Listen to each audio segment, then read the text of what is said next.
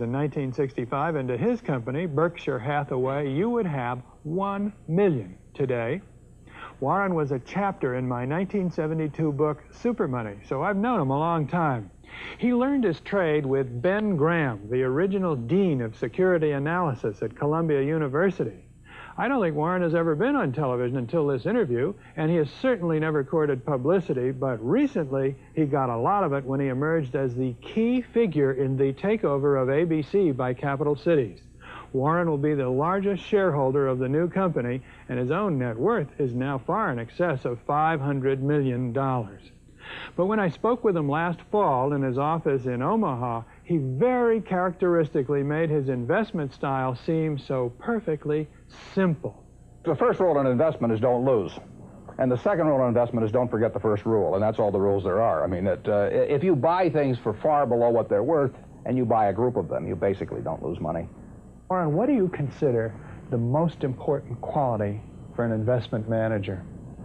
It's a temperamental quality, not an intellectual quality. You don't need tons of IQ in this business. I mean, you have to have enough IQ to get from here to downtown Omaha, but you do not have to be able to play three-dimensional chess or be in the top leagues in terms of bridge playing or something of the sort. You need a stable personality. You need a temperament that neither derives great pleasure from being with the crowd or against the crowd, because this is not a business where you take polls. It's a business where you think. And Ben Graham would say that you're not right or wrong because 1,000 people agree with you. And you're not right or wrong because 1,000 people disagree with you. You're right because your facts and your reasoning are right. Warren, what do you do that's different than 90% of the money managers who are in the market? Certainly most of the professional investors focus on what the stock is likely to do in the next year or two, and they have all kinds of arcane methods of approaching that, but they do not really think of themselves as owning a piece of a business. The real test of whether you're investing from a value standpoint or not is whether you care whether the stock market is open tomorrow. If you're making a good investment in a security, it shouldn't bother you if they close down the stock market for 5 years. All the ticker tells me is the price.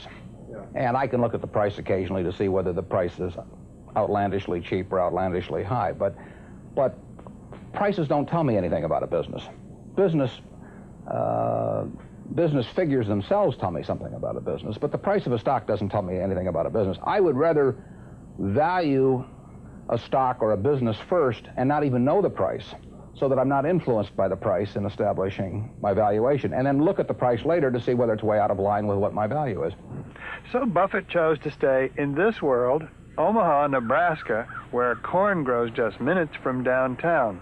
Now, Omaha is a nice town, but nobody claims it's a world financial center. Here, the only thundering herd is actually on 4 feet. Don't you find Omaha a little bit off the beaten track for the investment world? Well, believe it or not, we get mail here, and we get periodicals, and we get all the facts needed to make decisions. And unlike Wall Street, you'll notice we don't have 50 people coming up and whispering in our ear that we should be doing this or that this afternoon. You appreciate the lack of stimulation here? I like the lack of stimulation. We get facts, not stimulation here. That's terrific. How can you stay away from Wall Street? Well, if I were on Wall Street, I'd probably be a lot poorer. You get overstimulated in Wall Street, and you hear lots of things, and you may shorten your focus, and a short focus is not conducive to long profits. And here I can just focus on what businesses are worth, and I don't need to be in Washington to figure out what the Washington Post newspaper is worth, and I don't need to be in New York to figure out what some other company is worth. It's an intellectual process. And the less static there is in that intellectual process, really the better off you are. What is the intellectual process? The intellectual process is defining your area of competence in valuing businesses, and then within that area of competence, finding whatever sells at the cheapest price in relation to value. And there are all kinds of things I'm not competent to value, but there are a few that I am competent to value. Have you ever bought a technology company? No, I really haven't. In 30 years of investing, not one? I haven't understood any of them. So you haven't ever owned, for example, IBM? Never owned IBM. Marvelous company. I mean, a sensational company, but I haven't owned IBM. And so here is this technological revolution going on, and you're not going to be a participant. Gone right past me. Is that all right with you? It's okay with me. Arthur, I don't have to make money in every game. I mean, I don't know what cocoa beans are going to do. I don't, you know, there are all kinds of things I don't know about, and that may be too bad. But you know, why should I know all about them? I haven't worked that hard on them. In the securities business, you literally every day have thousands of the major American corporations offered to you at a price that changes daily.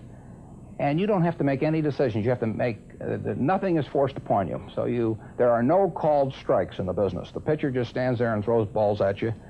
And if you're playing real baseball and it's between the knees and the shoulders, you either swing or you get a strike called on you. If you get too many called on you, you're out.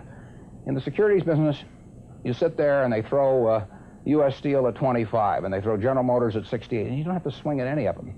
They may be wonderful pitches to swing at, but if you don't know enough, you don't have to swing. And you can sit there and watch thousands of pitches, and finally you get one right there where you want it, something that you understand, and then you swing. And so you might not swing for 6 months. You might not swing for 2 years. Isn't that boring? It would bore most people, and certainly boredom is a problem with most professional money managers. If they try to sit out an inning or two, not only do they get somewhat antsy, but their clients start yelling, "Swing, you bum!" You know, from the stands, and that's very tough for people to do. Warren, your approach seems so simple.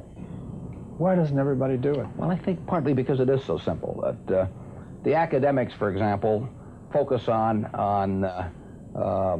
all kinds of variables. Partly because by academics you mean professors of right, finance. Yeah, the data's there. In business school. Sure, and the data's there. So they focus on whether if you buy stocks on Tuesday and sell them on Friday, you're better off, or if you buy them in election years and sell them in other years, you're better off, or if you buy small companies. There are all these variables because the data are there, and they've learned how to manipulate data.